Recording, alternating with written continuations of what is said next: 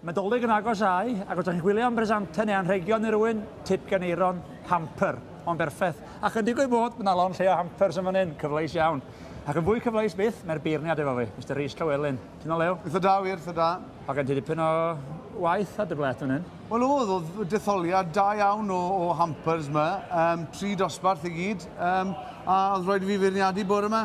A oedd e'n waith eitha caled, mae rai gweud. O ti'n mynd cael blasu, mae siŵr o fod yn arteth i ti weld yr holl gig blasus yma. Wel, o'n i wedi cael brecwast go lew, so oedd i ddim yn rhy ddrwg, ond na, mae'n fendigedig. O'n i'n gobeithio fydde'r enillydd yn cadw getre dy fi, ond na, yn anffodus na. Ie.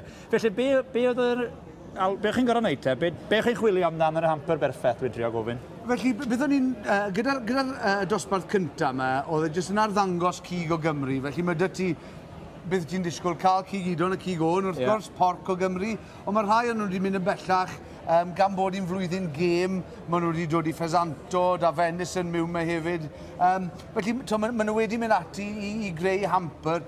Gobeithio fydde'n ddigon i gig i ti am dipyn o amser rhai o'r hampers yma. Yn hollol. A o'na wahanol gategoriau wedyn oedd? Wel, felly, dyma'r categori cyntaf, oedd y 6 hamper yma, oedd y cynnig gyda'r arddangosfa o gig Cymreig. Right. A hon, yn y marn ni oedd wedi ennill, maen nhw jyst wedi mynd ati...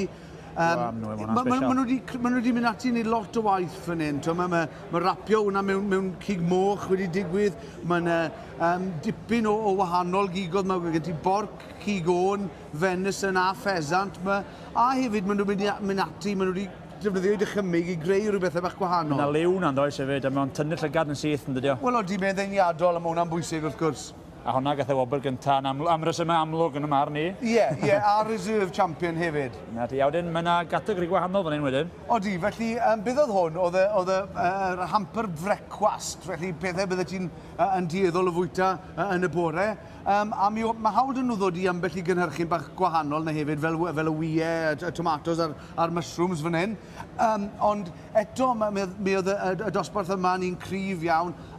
Gyda'r dosbarth yma, beth o'n i'n hoffi am hwn, oedd maen nhw wedi defnyddio'r labeli cywir ar gyfer y cynnyrch. Felly mae gen ti'r Welsh Beef PGI label fyna a'r bythodyn porc o Gymru, pork.Wales. Felly mae hynny'n golygu bod ti'n gallu cael ffydd yn y cynnyrch bod e'n dod o Gymru. Nawr, un o'r pethau pwysig oedd bod nhw'n gallu profi bod y cig i gyd yn gig Cymraeg, ond hwnna yw'r stamp sy'n gweud bod hynny'n swyddogol. Na ti. A wedyn, dyn ni mlaen i'r categori ola, mae hwnna'n arbennig. Be oedd y categori yma? Ie, felly hwn oedd yr hamper dyrnod nadolig neu cinio nadolig. Ac i fi, oedd hwn yn eitha hawdd i feirniadu a gweud y gwir, achos mae jyst y cynnyrch yma i gyd yn ffantastig.